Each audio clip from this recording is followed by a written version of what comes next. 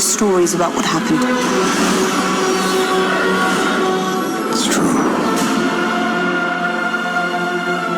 All of it.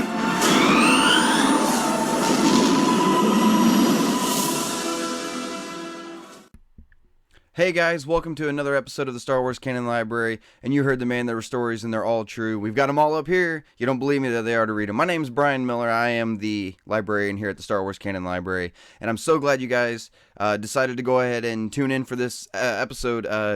Pretty sure the title gave it away. I've been getting quite a few questions, actually, just in the last couple days, asking what my top 5 favorite novels were, and this isn't the comics, this isn't the movies, this is just strictly the novels, apparently. But I'm gonna do you guys one better, and I'm gonna do my top 10 favorite novels. And I'm gonna talk to Andrew and see if I can get him to do, because he's read a couple of what else he read? He's read Tarkin, New Dawn. No, he hasn't read a New Dawn. Lords of the Sith. He's read Tarkin, Lords of the Sith, Dark Disciple, Lost Stars.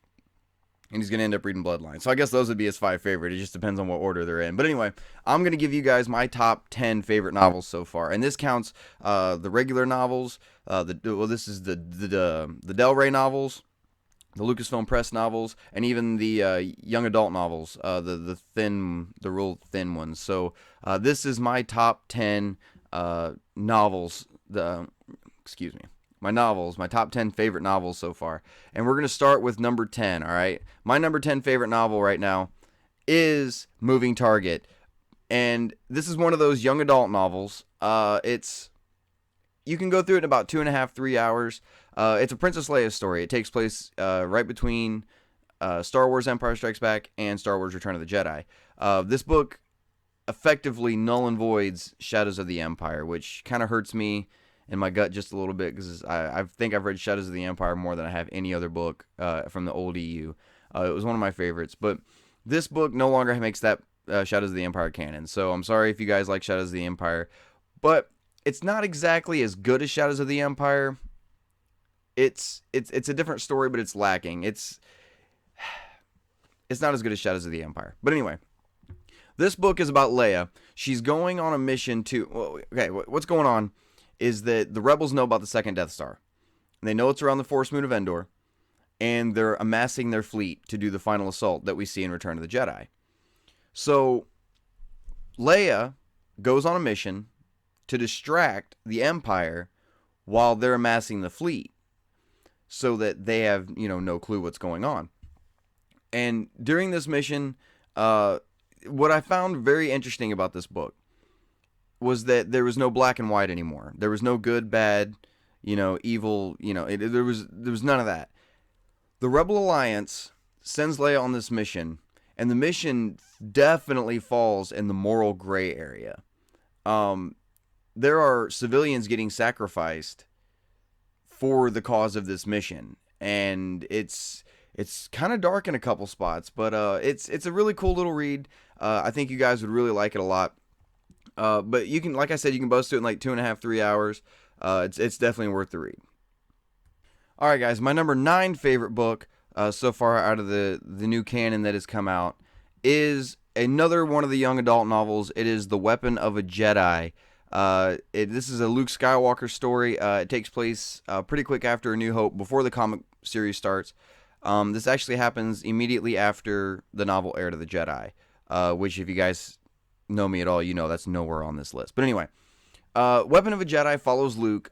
He goes off on a mission to kind of find himself and to find a way to train to be a Jedi a little more, since Obi-Wan's gone. He doesn't know about Yoda yet. He's trying to figure out how he's going to become a Jedi without any formal training. And he finds this Jedi temple. He takes R2 and 3PO with him. He finds this Jedi temple and spends days upon days upon days training with these remotes and hours at a time, and 3PO's keeping track of his best time so far. But it's a neat little read. It really is. It's another 2.5 hour, 3 hour read. You won't be disappointed. This one's actually really good. Apparently what happened was Heir to the Jedi came out, and Heir to the Jedi was supposed to be it was supposed to be the third book in a trilogy, back before the Slate White. And there was a Han Leia, a Luke book, or I'm sorry, a Han Leia, a Leia book, a Han book, and a Luke book. Sorry, I'm getting tongue-tied. And The other two fell under the EU Legends, and this other one just kind of got grandfathered in because it came out after the slate wipe. Heir to the Jedi did. Not Weapon of Jedi, Heir to the Jedi, the crappy one. And apparently that book was so bad that they decided to go back and do these 3 little novels, you know, a Han one, a Leia one, and a Luke one, to make up for those books. And this Luke book makes up for Heir to the Jedi more than it needed to. Which is really not saying much because Heir to the Jedi was a piece of crap. But anyway, Weapon of a Jedi, it's actually Luke. If you know what I mean by that, it's not somebody trying to write Luke. It is Luke. It is, when you read this, you can hear Mark Hamill's voice in your head. You can see what's going on, and it's really a neat little read, and it's definitely worth a check. That is my number 9 right now, guys. All right, guys, we're moving on to number 8, and my number 8 book so far that I've liked, number 8 is Star Wars Before the Awakening. This is actually the last of the young adult novels they've come out with so far. But this one follows. There's 3 different stories in this book. There's one about Rey, there's one about Poe, and there's one about Finn. Before he was Finn, he was FN 2187. The Poe story is really neat because it's starting to weave into the comics a little bit that's coming out in his name now. He's essentially in his story, he gets recruited by Leia from the New Republic Army to join the Resistance as a pilot. And she sends him on this mission, and at the end of his story, she ends up sending him to find Lor San Tekka, for who we saw at the beginning of The Force Awakens. FN 2187's story, you start to see his nonconformity to the New Order. You start to see him questioning orders, and him not, like, when in The Force Awakens, when he talks about the first mission he went on, he decided he wasn't going to kill for him. That is in this story, and it's really cool to see the dynamic between him and another stormtrooper that showed up in episode 7, though the one everybody was like, oh, traitor, and everybody lost their mind. The one that fought Finn with the light, when Finn had his lightsaber, and he fought Nines. He's in this story, and you see those two, how they get along, stuff like that. And you kind of understand a little more why that stormtrooper felt so betrayed in The Force Awakens when he sees Finn with the lightsaber. So it's a neat little read. But the coolest part about this book is the Rey story. It's on Jakku when she's there, and it goes into her everyday life of scavenging and surviving and going to Unkar Plat to get, portions for the stuff she's finding. But the story is about her finding a freighter, a ship on Jakku that is like half buried in sand that could still run. So she spends the next several months deciding which part she wants to sell to Unkar Plat and which part she wants to keep to fix her ship up. And she is building this ship, and she's got the mentality she's going to leave Jakku. She's tired of waiting. And then she starts to change her mind and say, no, I have to stay here. My family's coming back for me. So she's going to sell the ship to Unkar Plat. And she's sitting there thinking, I'm going to get 1,000 portions for this. I'm going to get this. I'm going to get that. And I'm not going to tell you how the story ends. You guys are going to have to look it up. It's really cool. Actually, I'm going to tell you how it ends when I do my canon recap videos. But it's a really neat little read, guys. It's really cool. And definitely the Rey story is the best one. Actually, the Rey story is what made it one of my favorites. Alright, guys, my number 7 favorite novel so far is another one. Actually, it's the last of the young adult novels. They were my 7, 8, 9, and 10. It is Han Solo's story, Smuggler's Run. This is another one of those 2.5 hour, 3 hour reads. And this one is really interesting. It's the only reason this is my number 7, and I like this above the rest of them. I love Han Solo. That is one of my favorite characters of all time. And this portrays Han and Chewie perfectly. They go on a mission to bring a rebel sympathizer back to the Alliance High Command. Like this one happens immediately after A New Hope.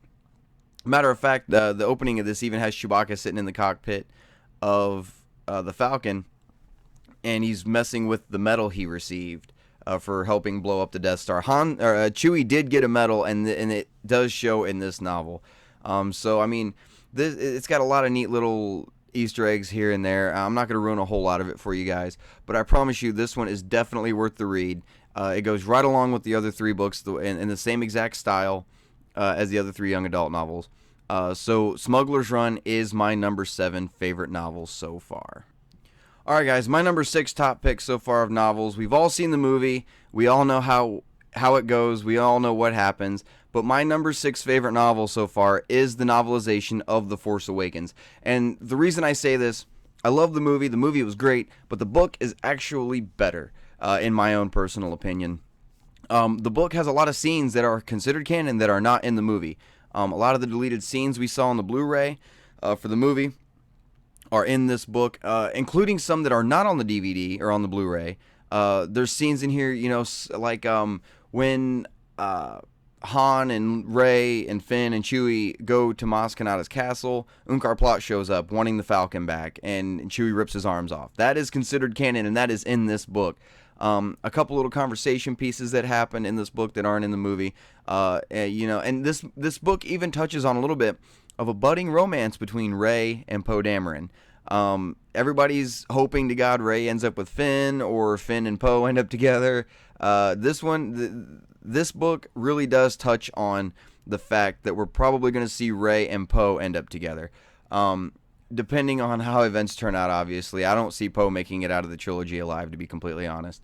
But anyway, the novelization of Episode 7, I love it. You guys will love it if you haven't read it. It's definitely, even if you've seen the movie, it is worth to sit down and read this novel again. It is so good. Andrew actually read the novel before I did. I couldn't get my hands on it anywhere, and I finally found it. I actually found it in Arkansas, of all places. So, guys, go check it out. It's definitely worth the read. You guys are going to love it. Guys, my next choice, what number would this be? This would be, number 5? I think I'm on number 5 right now. My number 5 top pick for the novel so far is a little novel known as Dark Disciple. Now, this novel takes place right at the end of the Clone Wars.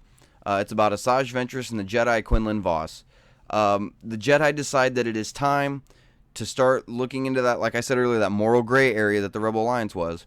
And they decide that they need to assassinate Count Dooku. And the only person they can think of to do it is Quinlan Vos. They think he's the best option for it.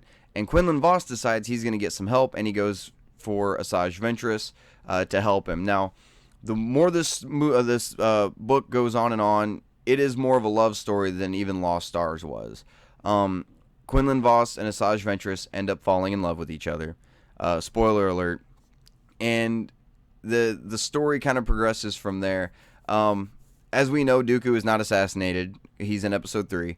And it's there. I'm not going to say who it is, but there is a pretty big death from one of the characters in the Star Wars universe in this book. And it is definitely worth the read. And I actually caught myself choking up just a little bit reading it. This book was actually made from scripts of Clone Wars episodes that never saw the light of day. I think a couple of the episodes did, but they're only online somewhere. You can only find them if you're like a certain member of a certain website of a certain day. Like, it's just, you can only find them certain times. I've never even been able to find them. But I get them in the book form, and that's okay with me. I'll take them however I can get them. This was made from those episodes, and so that's the Clone Wars is canon, and this is canon, and this Dark Disciple is really good. It was actually, I think, the second book I got Andrew to read. And he really liked it. So, that is my number 5 pick for the novel so far. All right, guys, my number 4 pick so far is going to be the book Tarkin. This was the second novel to come out since the slate, after the slate wipe. First was A New Dawn, second was Tarkin.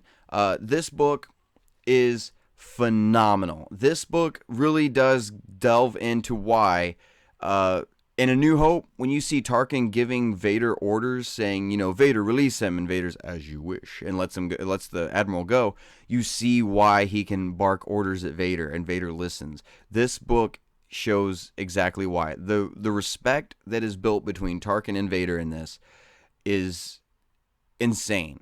Also, this book is the first time we get to hear...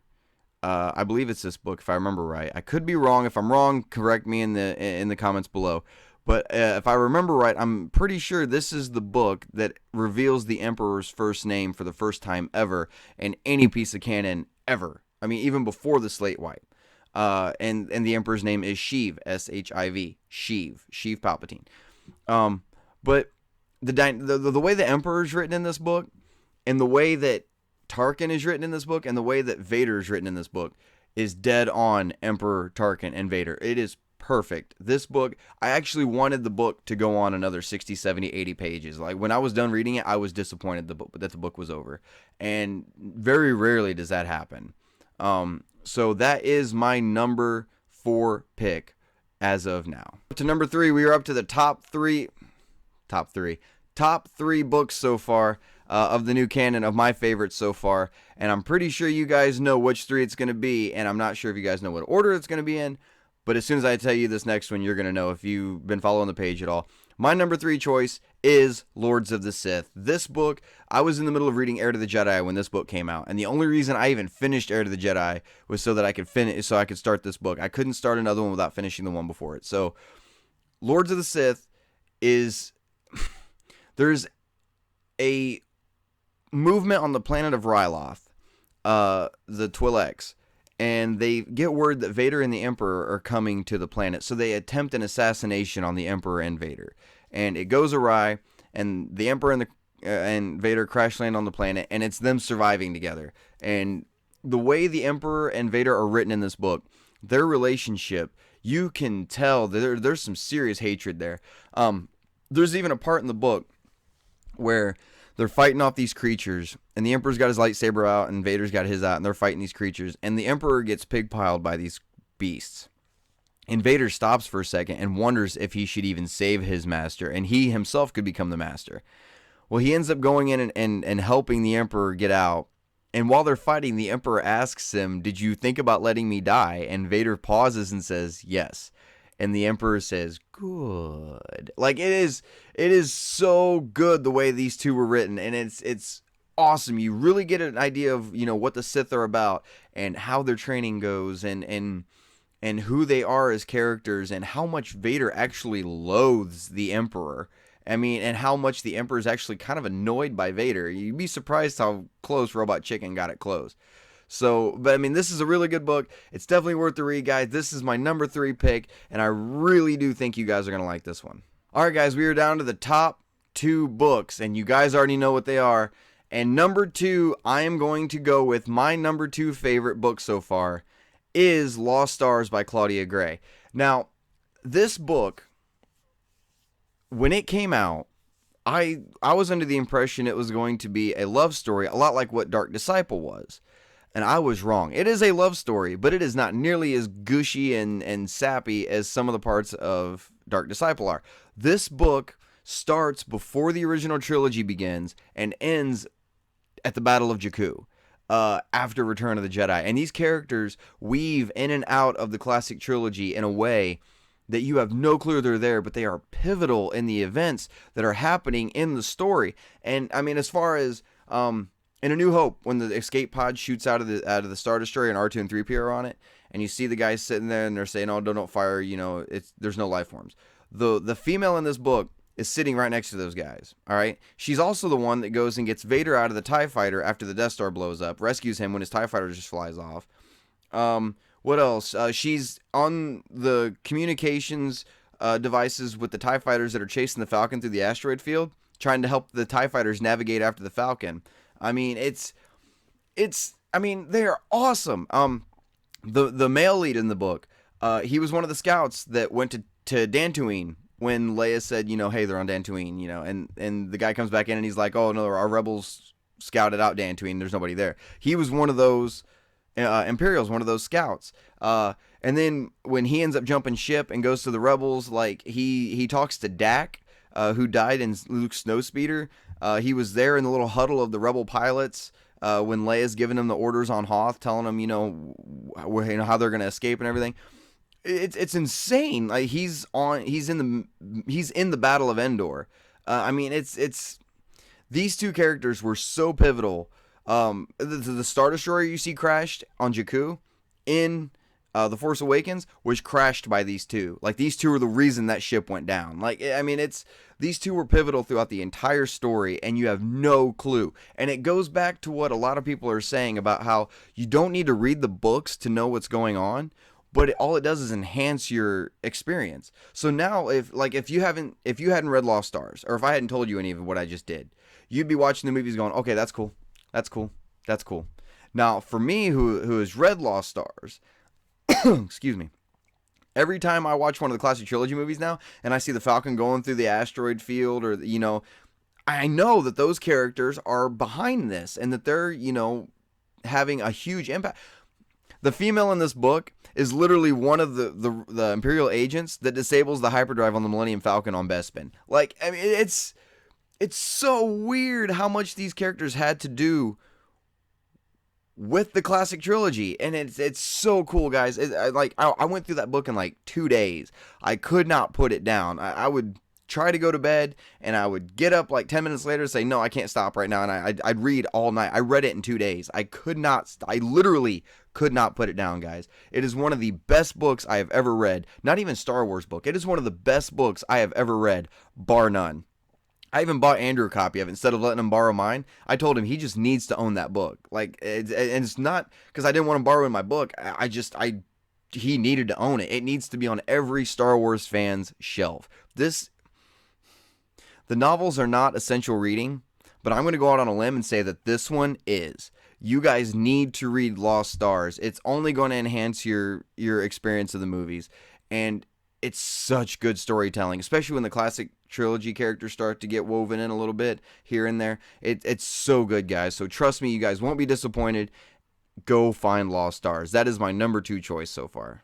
All right, guys, we are down to my number 1 favorite novel so far out of the Star Wars canon, the new canon, and this book literally just came out like 2 weeks ago. You guys already know what it is. A lot of people are raving about it. It is Claudia Gray's Bloodline. This book takes place 5 or 6 years before The Force Awakens, and it follows Leia on she's starting to second guess being part of the New Republic because nobody can decide on anything. And I mean, this book, it's very political. It is a very political book, but it's not like the prequels politics. I mean, Leia is written beautifully in this book. Everything she says in this book, I can picture Carrie Fisher saying. Luke training Ben, I mean, even as far as, I don't want to give too much away because a lot of people haven't had a chance to read this book yet. I mean, there are several things that we heard about happening in The Force Awakens that happen in this book. As far as, Ben Solo, becoming who he was destined to be, and stuff like that, and how it happens. And I mean, it's an amazing read, guys. You guys need to read this book. I've got a review coming very soon for you guys for it. I haven't got a chance to get a review out yet. But this is definitely my number 1 favorite book so far. And I didn't think anything could top Lost Stars. And now it has come to I've come to the conclusion that it is going to take Claudia Gray to top Claudia Gray. I mean, there is no way anybody is going to write anything better than Lost Stars or Bloodline. These 2 books are phenomenal. Claudia Gray knows what she's doing. And I've heard several podcasts and several people online, and a lot of my friends are even talking about now, that Claudia Gray could be the Timothy Zahn of the new canon. Timothy Zahn wrote, the Thrawn trilogy, stuff, but of the EU, and those were beloved. These books are going to be beloved. I mean, they are phenomenal. If you guys have not picked up Bloodline yet, you need to read Bloodline. Lost Stars and Bloodline, to me, are essential reading. It's just, especially if you've seen The Force Awakens and it's killing you to know what the hell happened, read Bloodline. That book is so good. I mean, it's phenomenal. So that, guys, that is my top 10 favorite novels so far. If it didn't make the list, odds are it's not that great. I'm probably gonna end up doing my least favorite books. You guys already know what my least favorite book is. But I mean, Heir to the Jedi was a piece of crap. I'm just gonna go ahead and tell you guys, Heir to the Jedi was a piece of crap. What else was there? Like, some of them I don't even remember them that well. Aftermath wasn't that good. Battlefront, Twilight Company, it had a couple parts in there that were good, but I mean, I just finished it the other day, and I don't know, like, I found myself fighting to get through that book. I mean, it was all right. But anyway, let's see, what New Dawn, not that great. You know, it's just those are the 4 that really stand out that weren't that great to me. Oh my God. Okay, no, I take that back. There are novelizations for the classic trilogy now. I don't know if you guys knew about these, but the novelization for A New Hope is called The Princess, the Scoundrel, and the Farm Boy. Empire is called So You Want to Be a Jedi, and Jedi is called Beware of the Dark Side, I think. Beware the Power of the Dark Side? Where is it? Beware the Power of the Dark Side. And these novels, hang on. These novels are canon, and there's things that happen in these books that don't happen in the movie that are canon. Like Leia's interrogation scene is in this one, all right, on the Death Star. And, I mean, I read this one in like 2 days. It was all right. I didn't even finish So You Want to Be a Jedi. So You Want to Be a Jedi is the novelization of The Empire Strikes Back, but it is written in a way that you, the reader, are Luke Skywalker. And you're going through the book. And there's literally, like, after every chapter, there's lessons on how to be a Jedi. And it's really geared towards kids. And it's... I didn't even finish it. I didn't even get off of Hoth. I mean, the whole bickering between Han and Leia in the hallways of Hoth was... Like, literally, the book says we're not going to get into that because it's a little gushy and a little mushy and a little lovey-dovey, and they end up loving each other in the long run anyway. Why would you tell somebody that? Why would you ruin the 3rd book and the 2nd book? Like, it makes no sense. Now, the novelization for A New Hope, it was all right. I mean, the dialogue was a little off. But Beware the Power of the Dark Side, the novelization of Return of the Jedi, perfect. It was dead on. I mean, it was literally everything you wanted out of a novelization for the Return of the Jedi. It was really good. But those were really bad. I mean, So You Want to Be a Jedi and this one, they're not real high on my list. But guys, I know a lot of you guys have read a lot of the novels. If you haven't, you need to. That's all I'm going to say. You guys really do need to read some of it. We don't need to, but you guys are missing out. That's all I'm saying. So if you guys have read the novels and you guys have your own top 10 list, let us know in the comments below. I'd love to hear your guys' opinions about some of these books. I'd love to discuss some of these books with you, especially Lost Stars and Bloodline. If you guys loved them as much as I did, I'd love to discuss them with you. Every time I see Andrew, we always end up talking about Lost Stars because he's read it. So, I mean... If you guys want to talk Star Wars with me, man. I will talk to anybody and everybody about Star Wars all day long. I don't even care, dude. So, I mean, if you guys have read the novels, comment below. Let us know what your favorite ones are. What were your top 10? What were your top 5? You know, I mean, what are your least favorite novels? Let us know, guys. Make sure you give this video a thumbs up and make sure you subscribe to our channel. Visit our Facebook page. It is facebook.com/Star Wars Canon Library. And we also have a website now. It is www.starwarscanonlibrary.com. You can find my top 10 list on there. You can find reviews for all the books. You can find upcoming news. We even post Collider Jedi Council every week for those guys. So, I mean, if you guys want to check it out, feel more than welcome to check it out, guys. We also have an email address. It is starwarscanonlibrary@gmail.com. And you can follow us on Twitter also. It is @SWCanonLibrary. Guys, it's been fun. I love making these things for you guys. Keep watching, keep subscribing, keep sharing these videos for us, man. We'd sure appreciate it. And until we see you guys next time, may the Force be with you.